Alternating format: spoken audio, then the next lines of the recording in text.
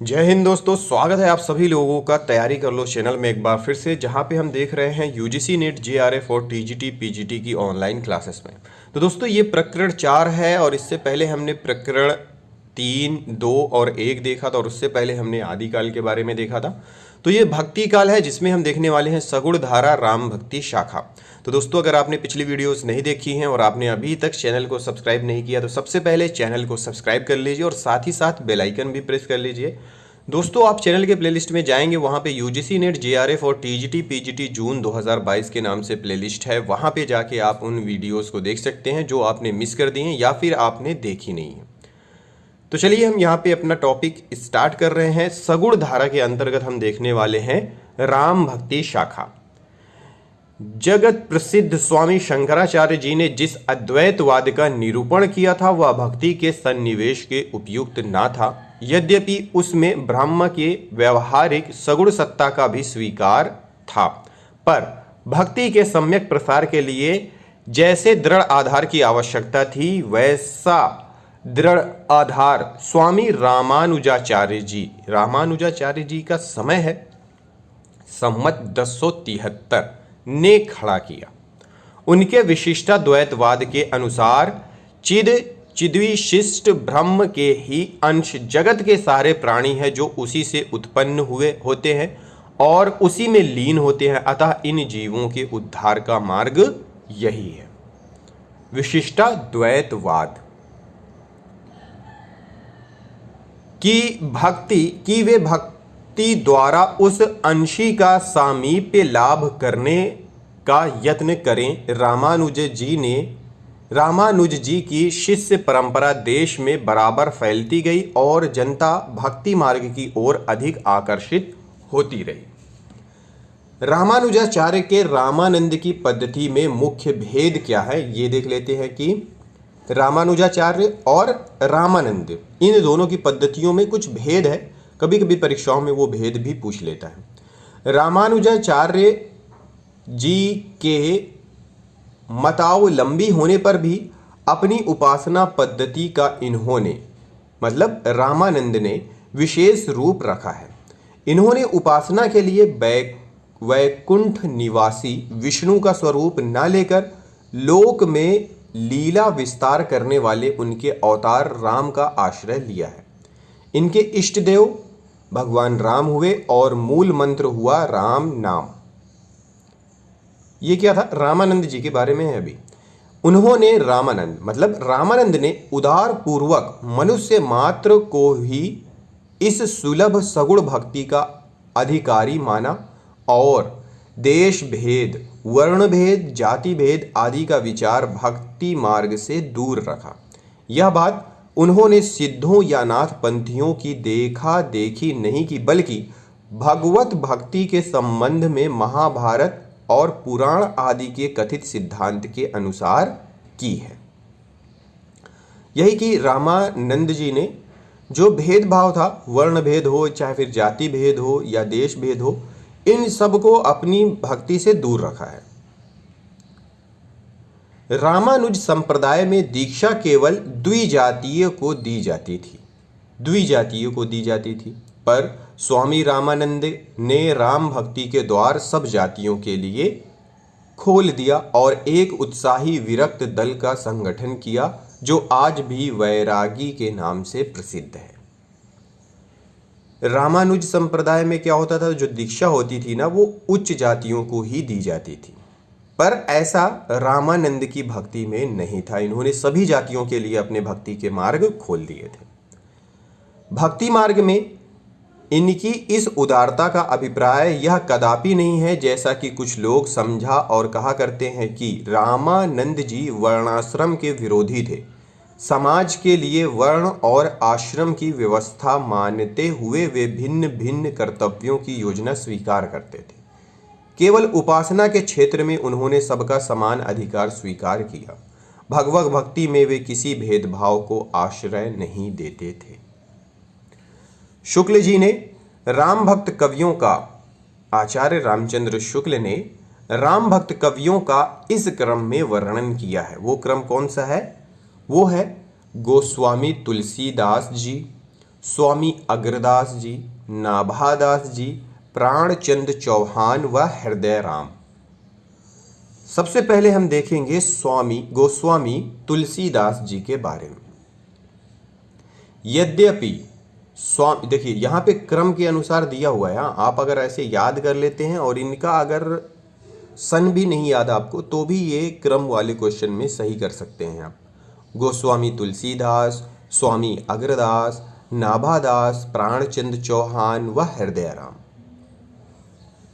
गोस्वामी तुलसीदास यद्यपि स्वामी रामानंद जी की शिष्य परंपरा के द्वारा देश के बड़े भाग में राम भक्त की पुष्टि निरंतर होती आ रही थी और भक्त लोग फुटकल पदों में राम की महिमा गाते आ रहे थे, पर हिंदी साहित्य के क्षेत्र में इस भक्ति का परमोज्वल प्रकाश विक्रम की 17वीं शताब्दी के पूर्वार्ध में गोस्वामी तुलसीदास जी की वाणी द्वारा स्फुरित हुआ। कब? गोस्वामी तुलसीदास जी के द्वारा 17वीं शताब्दी में। योग मार्ग से भक्ति मार्ग का पार्थक्य गोस्वामी जी ने बहुत स्पष्ट शब्दों में बताया है। योग मार्ग ईश्वर को अंतस्थ मानकर अनेक प्रकार की अंतः साधनाओं में प्रवृत्त करता है। सगुण भक्ति मार्ग के ईश्वर को भीतर और बाहर सर्वत्र मानकर उनकी कला का दर्शन खुले हुए व्यक्त जगत के बीच करता है। वह ईश्वर को केवल मनुष्य के क्षुद्र घट के भीतर ही नहीं मानता है। घट के भीतर कहने से गुहा या रहस्य की धारणा फैलती है जो कि भक्ति के सीधे स्वाभाविक मार्ग में बाधा डालती है।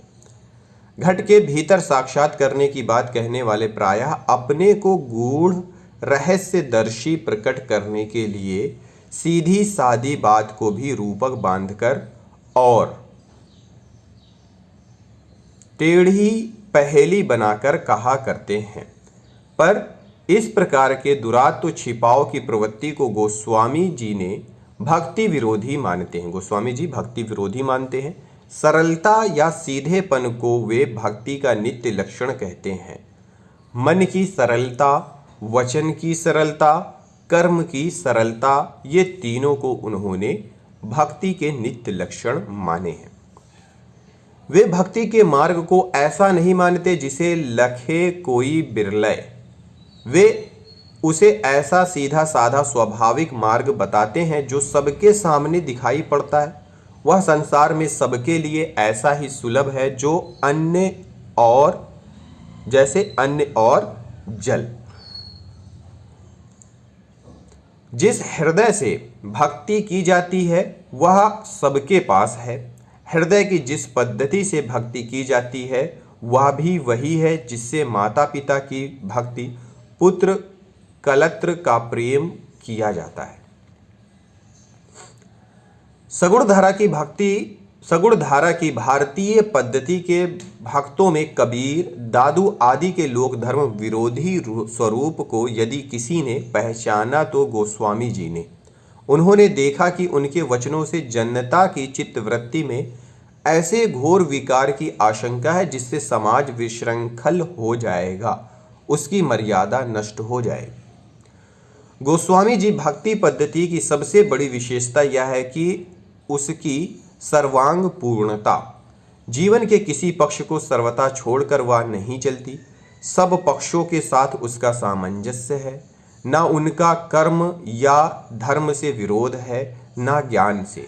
धर्म तो उसका नित्य लक्षण है। तुलसी की भक्ति को धर्म और ज्ञान दोनों की रसानुभूति कह सकते हैं। योग का भी उसमें समन्वय है, पर उतने ही का जितना ध्यान के लिए, चित्त को एकाग्र करने के लिए आवश्यक है।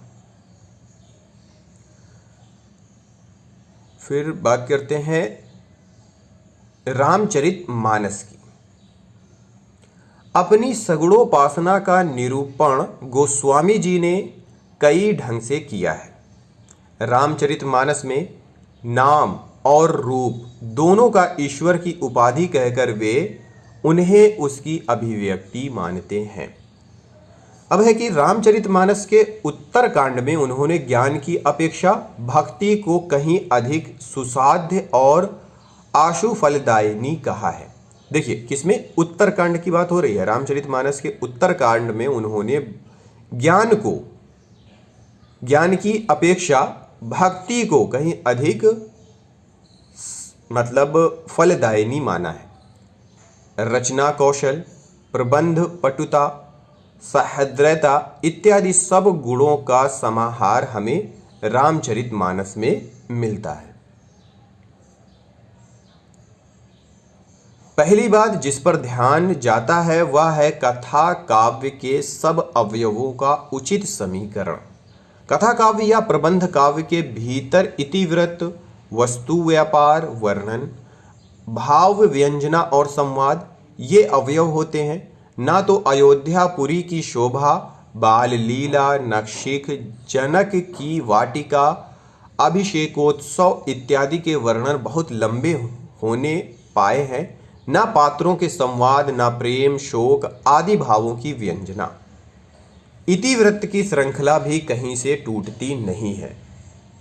दूसरी बात यह है कि कथा के मार्मिक स्थलों की पहचान, अधिक विस्तार हमें ऐसे ही प्रसंगों का मिलता है जो मनुष्य मात्र के हृदय को स्पर्श करने वाला है। जैसे जनक की वाटिका में राम सीता का परस्पर दर्शन, रामोगमन, दशरथ मरण, भरत की आत्मग्लानि, वन के मार्ग में स्त्री पुरुष की सहानुभूति, युद्ध, लक्ष्मण को शक्ति लगना इत्यादि। और तीसरी बात है प्रसंगानुकूल भाषा, रसों के अनुकूल कोमल कठोर पदों की योजना तो निर्दिष्ट रूढ़ी ही है। इसके अतिरिक्त गोस्वामी जी ने इस बात का भी ध्यान रखा है कि जिस स्थल पर विद्वानों या शिक्षितों की संस्कृत मिश्रित भाषा रखनी चाहिए और किस स्थल पर ठेठ बोली। मतलब इन्होंने रामचरितमानस में क्या किया है कि ठेठ बोली का भी बहुत यूज़ किया है। अब ठेठ बोली का इसलिए यूज़ किया है क्योंकि उस समय बहुत से लोग अपनी बोलचाल की बोली ही यूज़ किया करते थे। घरेलू प्रसंग समझकर कैकेयी और मंथरा के संवाद में उन्होंने ठेठ बोली और स्त्रियों में विशेष चलते प्रयोगों का व्यवहार किया। अनुप्रास की ओर प्रवृत्ति तो सब रचनाओं से स्पष्ट लक्षित होती है। और चौथी बात यह है कि श्रृंगार की शिष्ट मर्यादा के भीतर बहुत ही व्यंजन वर्णन है। जिस धूमधाम से मानस की प्रस्तावना चली है उसे देखते ही ग्रंथ के महत्व का आभास मिल जाता है। उससे साफ झलकता है कि तुलसीदास जी ने अपने ही तक दृष्टि रखने वाले भक्त ना थे, संसार को भी दृष्टि फैलाकर देखने वाले भक्त थे। जिस भक्त जगत के बीच उन्होंने भगवान के राम स्वरूप की कला का दर्शन कराना था, पहले चारों ओर दृष्टि दौड़ाकर उसके अनेक रूपात्मक स्वरूप को उन्होंने सामने रखा है। इसी प्रस्तावना के भीतर तुलसी ने अपनी उपासना के अनुकूल विशिष्टाद्वैत सिद्धांत का भी आभास यह कहकर दिया कि सिया राम मैं सब जग जानी, करो प्रणाम जोरी जुग पानी। जगत को केवल राम मैं ना कहकर उन्होंने सिया राम मैं कहा है। सीता प्रकृति स्वरूपा है और राम ब्रह्मा है। प्रकृति अचित पक्ष है और ब्रह्मा चित पक्ष है। अतः पारमार्थिक सत्ता चिद्विशिष्ट है, यह स्पष्ट झलकता है। चित्त और अचित वस्तुतः एक ही है। आज राजा के रंग तक के घर में गोस्वामी जी का रामचरितमानस विराज रहा है और प्रत्येक प्रसंग पर उनकी चौपाइयाँ कही जाती हैं। तो सही बात है कि रामचरितमानस की जो चौपाइयाँ हैं, जो प्रसंग है, वो बहुत सारे ऐसे समय आता है जैसे कि कुछ पूजा पाठ होता है या फिर कुछ शुभ मुहूर्त होता है, तो उसमें रामचरितमानस की चौपाइयाँ प्रसंग के रूप में गाई जाती हैं, सुनाई जाती हैं। रामचरितमानस में तुलसी केवल कवि के रूप में ही नहीं, उपदेशक के रूप में भी सामने आते हैं। ये कथन है आचार्य रामचंद्र शुक्ल जी का, ठीक है। उपदेश उन्होंने किसी न किसी पात्र के मुख से कराए हैं। इससे काव्य दृष्टि से यह कहा जा सकता है कि वे उपदेश पात्र के स्वभाव चित्रण के साधन रूप हैं। यह बात नहीं है, उपदेश उपदेशक के लिए ही है। नवीन प्रसंगों की उद्भावना और तुलसीदास रामचरितमानस के भीतर कहीं कहीं घटनाओं के थोड़े ही हेरफेर तथा स्वकल्पित संवादों के समावेशों के अतिरिक्त अपनी ओर से छोटी छोटी घटनाओं या प्रसंगों की नई कल्पना तुलसीदास जी ने नहीं की है। मतलब अपनी तरफ से एक्स्ट्रा उन्होंने नहीं जोड़ा है।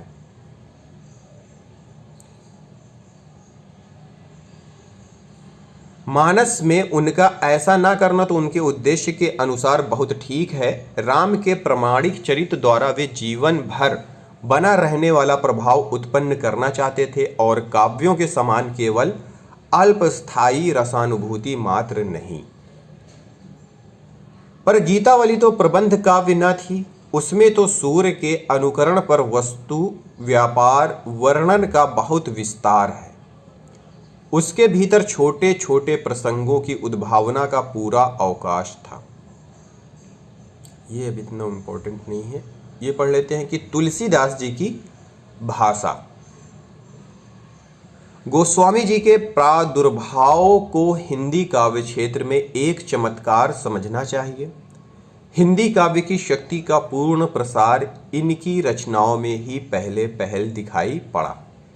साहित्य की भाषा में जो वीर गाथा काल के कवियों के हाथ में बहुत कुछ अपने पुराने रूप में ही रही, प्रचलित भाषा के संयोग से नया जीवन सगुणोपासक कवियों द्वारा प्राप्त हुआ। गोस्वामी जी ने अपने समय में काव्य भाषा के दो रूप प्रचलित थे, एक ब्रज और दूसरा अवधी। दोनों में उन्होंने समान अधिकार के साथ रचनाएं की हैं। मतलब गोस्वामी तुलसीदास जी ने ब्रज भाषा में भी रचनाएं की हैं और अवधी भाषा में भी इन्होंने रचनाएं की हैं। दोनों भाषाओं पर इनका समान अधिकार था। सगुण कवियों की काव्य भाषा का विकास। ब्रज भाषा। भक्तवर सूरदास जी ब्रज की चलती भाषा को परंपरा से चली आती हुई काव्य भाषा के बीच पूर्ण रूप से प्रतिष्ठित करके साहित्यिक भाषा को लोक व्यवहार के मूल में लाए। उन्होंने परंपरा से चली आती हुई काव्य भाषा का तिरस्कार ना करके उसे एक नया चलता रूप दिया, मतलब मॉडिफाई कर दिया।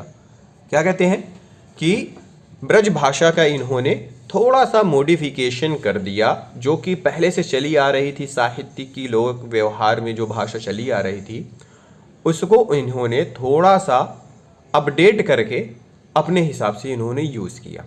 सूरसागर को ध्यानपूर्वक देखने से उसमें क्रिया के कुछ पुराने रूप, कुछ सर्वनाम जैसे जासु तासु जेही तेही तथा कुछ प्राकृत के शब्द पाए जाएंगे। सारांश यह है कि परंपरा काव्य भाषा को बिल्कुल अलग करके एक बारगी नई चलती बोली लेकर नहीं चले। भाषा का एक शिष्ट सामान्य रूप इन्होंने रखा जिसका व्यवहार आगे चलकर बराबर कविता में होता आया है। बात करते हैं अवधी पूर्वी भाषा। अवधी को सबसे पुरानी रचना ईश्वरदास की सत्यवती कथा है। अवधी की सबसे पुरानी रचना ईश्वरदास जी की रचना है सत्यवती कथा। आगे चलकर प्रेम मार्गी शाखा के मुसलमान कवियों ने भी अपनी कहानियों के लिए अवधी भाषा ही चुनी थी। मतलब सूफी कवियों ने भी अपनी भाषा के लिए अवधी भाषा को ही चुना था। हिंदी कविता के प्रेमी मात्र जानते हैं कि उनका ब्रज और अवधी दोनों भाषाओं पर समान अधिकार था। ब्रज भाषा का जो माधुर्य हम सूरसागर में पाते हैं, वही माधुर्य और भी संस्कृत के रूप में हम गीतावली और कृष्णावली में भी पाते हैं। ठेठ अवधी की जो मिठास हमें जायसी की पद्मावत में मिलती है, वही जानकी मंगल, पार्वती मंगल, बरवै रामायण और रामलला नाहछू में हम पाते हैं। यह सूचित करने की आवश्यकता नहीं कि ना तो सूर्य का अवधि पर अधिकार था और ना जायसी का ब्रज पर। यह कथन है और ये कथन भी रामचंद्र शुक्ल जी का है। परीक्षाओं में कई बार पूछा जा चुका है। सूरदास में ऐसे वाक्य मिलते हैं जो विचारधारा बढ़ाने में कुछ योग देते नहीं पाए जाते, केवल पाद पूर्त्यर्थ ही लाए हुए जान पड़ते हैं। पाद पूर्त्यर्थ। इसी प्रकार तुकांत के लिए भी शब्द तोड़े मरोड़े गए हैं, पर गोस्वामी जी की वाक्य रचना अत्यंत प्रौढ़ और सुव्यवस्थित है। एक भी शब्द फालतू नहीं है। खेद है कि भाषा की यह सफाई पीछे होने वाले बहुत कम कवियों में रह गई है। उनकी साहित्यिक मर्मज्ञता, भावुकता और गंभीरता के संबंध में इतना और जान लेना भी आवश्यक है कि उन्होंने रचना नैपुण्य का भद्दा प्रदर्शन कहीं नहीं किया और ना शब्द चमत्कार आदि के खिलवाड़ों में वे फंसे हैं। दोहावली के कुछ दोहों के अतिरिक्त और सर्वत्र भाषा का प्रयोग उन्होंने भावों और विचारों को स्पष्ट रूप में रखने के लिए किया है, कारीगरी दिखाने के लिए नहीं। अलंकारों की योजना उन्होंने ऐसे मार्मिक ढंग से की है कि वे सर्वत्र भावों या तथ्यों की व्यंजना को प्रस्फुटित करते हुए पाए जाते हैं, अपनी अलग चमक दमक दिखाते हुए नहीं। कहीं कहीं लंबे लंबे सांग रूपक बांधने में अवश्य उन्होंने एक भद्दी परंपरा का अनुसरण किया है।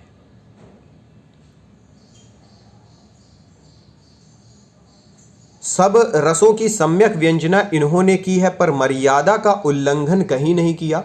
प्रेम और श्रृंगार का ऐसा वर्णन जो बिना किसी लज्जा और संकोच के सबके सामने पढ़ा जा सके, गोस्वामी जी का ही है। हम निसंकोच कह सकते हैं कि यह एक कवि ही हिंदी को एक प्रौढ़ साहित्यिक भाषा सिद्ध करने के लिए काफ़ी है। ये कथन भी कई बार परीक्षा में पूछा जा चुका है। फिर है कि तुलसीदास द्वारा प्रयुक्त शैलियाँ। गोस्वामी जी के सामने कई शैलियाँ प्रचलित थीं, जिनमें मुख्य ये हैं: वीर गाथा काल की छप्पय पद्धति, विद्यापति और सूरदास की गीत पद्धति, गंग आदि भाटों की कवित्त सवैया पद्धति, कबीर दास की नीति संबंधी बानी की दोहा पद्धति जो अपभ्रंश से चली आती थी, और ईश्वर दास की दोहे चौपाई वाली प्रबंध पद्धति। विद्यापति और सूरदास की गीत पद्धति। विद्यापति और सूरदास की गीत पद्धति पर इन्होंने बहुत विस्तृत और बड़ी सुंदर रचना की है। सूरदास की रचना में संस्कृत की कोमल कांत पदावली और अनुप्रासों की वह विचित्र योजना नहीं है जो गोस्वामी जी की रचना में है। दोनों भक्त शिरोमणियों की रचना में यह भेद ध्यान देने योग्य है और इस पर ध्यान अवश्य जाता है।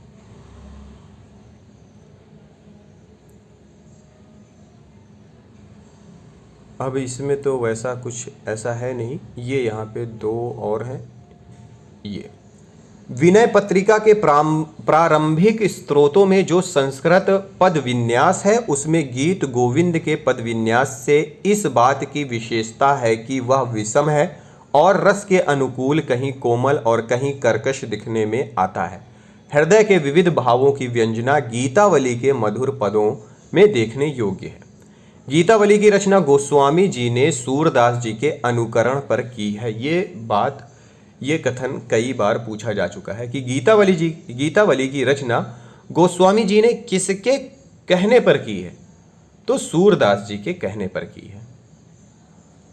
बाल लीला के कई एक पद ज्यों के त्यों सूर सागर में भी मिलते हैं, केवल राम श्याम का अंतर यहाँ पे है।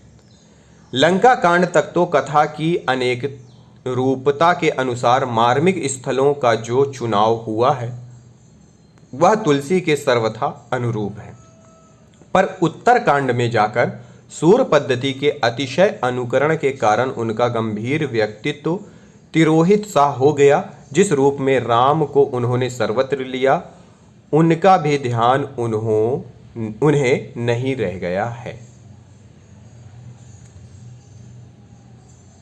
गंग आदि भाटों की कवित्त सवैया पद्धति पर भी इसी प्रकार सारा रामचरित गोस्वामी जी कह गए हैं, जिसमें नाना रसों का सन्निवेश अत्यंत विशद रूप में और अत्यंत पुष्ट और स्वच्छ भाषा में मिलता है।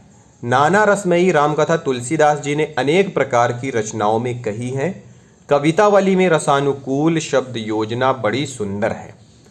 नीति के उपदेश की सूक्ति पद्धति पर बहुत से दोहे रामचरितमानस और दोहावली में मिलेंगे, जिनमें बड़ी मार्मिकता से और कहीं कहीं बड़े रचना कौशल से व्यवहार की बातें कही गई हैं और भक्ति प्रेम की मर्यादा दिखाई गई है।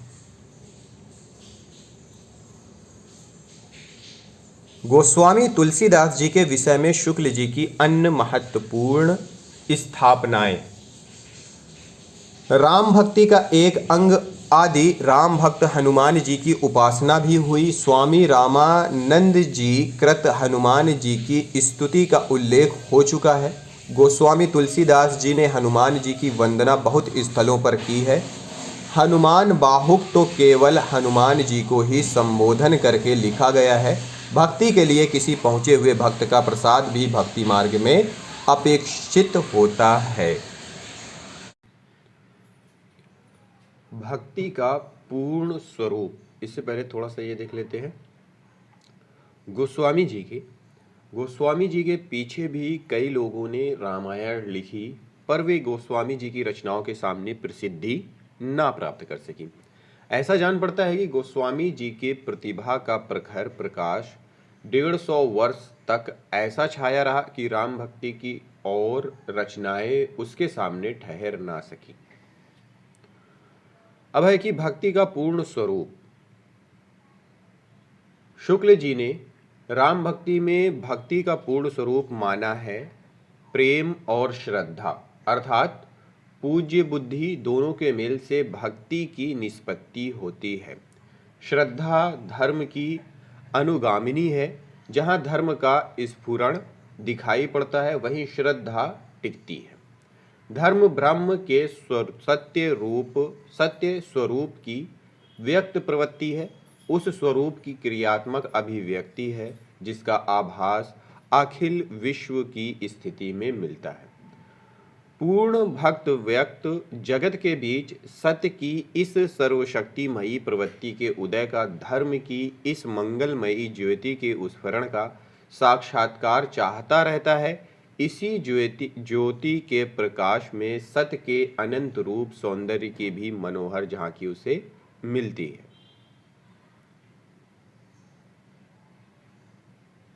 फिर ये तो ऐसा नहीं है, ये देख लेते हैं कि नाभादास जी। नाभादास के भक्तमाल के विषय में लिखा है आचार्य रामचंद्र शुक्ल ने कि इन चरित्रों में पूर्ण जीवन व्रत नहीं है, केवल भक्ति की महिमा सूचक बातें दी गई हैं। इसका उद्देश्य भक्तों के प्रति जनता में पूज्य बुद्धि का प्रचार जान पड़ता है। यह उद्देश्य बहुत अंशों में सिद्ध भी हुआ है। अपने गुरु अग्रदास के सामने इन्होंने राम भक्ति संबंधी कविता की है। ब्रज भाषा पर इनका अच्छा अधिकार था और पद्य रचना में अच्छी निपुणता। तो इनके गुरु कौन थे नाभादास जी के? ये प्रश्न कई बार पूछा गया है। अग्रदास, और अग्रदास के शिष्य नाभादास।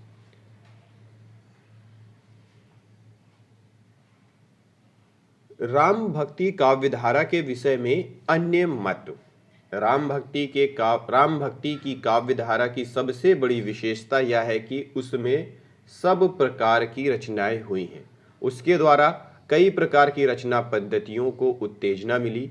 कृष्णोपासी कवियों ने मुक्तक के एक विशेष अंग गीत काव्य की ही पूर्ति की, पर रामचरित को लेकर अच्छे अच्छे प्रबंध काव्य रचे गए। जो भक्ति मार्ग श्रद्धा के अवयव को छोड़कर केवल प्रेम को ही लेकर चलेगा, धर्म से उसका लगाव ना रह जाएगा, वह एक प्रकार से अधूरा रहेगा। श्रृंगारोपासना, माधुर्य भाव आदि की ओर उसका झुकाव होता जाएगा और धीरे धीरे उसमें गुहा रहस्य आदि का भी समावेश होगा। परिणाम यह होगा कि भक्ति के बहाने विलासिता और इंद्रिया शक्ति की स्थापना होगी।